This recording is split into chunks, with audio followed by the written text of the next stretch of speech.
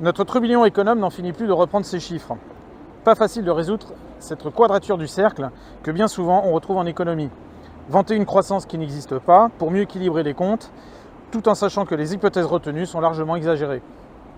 Il y a maintenant 2 ans, notre maroquinerie budgétaire claironnait à coups de menton velléitaire les conséquences terribles que l'économie russe subirait après que Poutine, l'impérateur des steppes, ait décidé d'envahir son voisin ukrainien. Ni plus ni moins sa mise à genoux.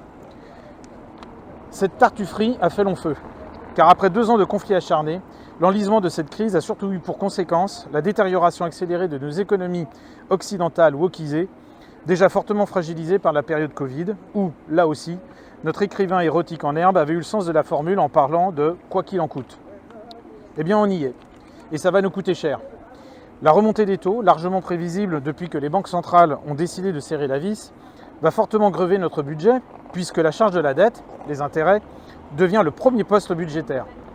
Et ce n'est pas fini. Il avoue même aujourd'hui que les hypothèses retenues pour le budget 2024 étaient fausses. Pas mal. Pas de sanctions ? Bon, parce que la présentation de faux budgets relève quand même de l'insincérité de son auteur. La conséquence directe de cette inconséquence ministérielle, 10 milliards d'euros à raboter, peut-être même 22. Une paille. Quel poste risque-t-il d'être touché ? La défense ? Non, puisque nous continuons à délivrer des armes dans une guerre non déclarée. La santé ? Il est vrai que le système hospitalier se porte à merveille. L'éducation ? Ah, peut-être une piste. Surtout après le court passage de notre premier en chef qui s'est davantage occupé de la tenue vestimentaire de nos chères petites têtes blondes.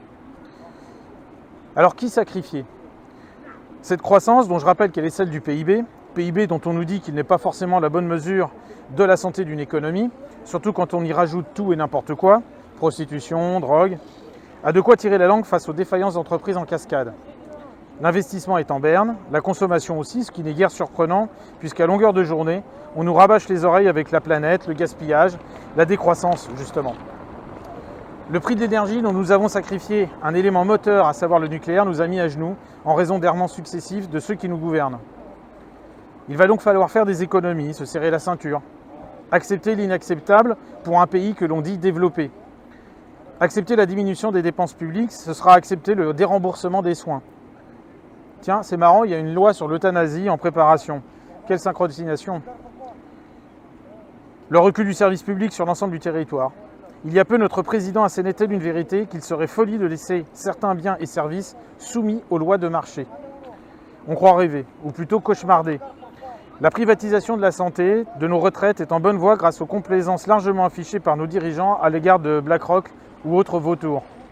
Le recours à ces fonds privés consacre l'aboutissement d'un projet largement sponsorisé par nos dirigeants, la fin de l'État-providence et la perte totale de notre souveraineté en matière sociale. Il se proclamait amateur et fier de l'être, c'est gagné.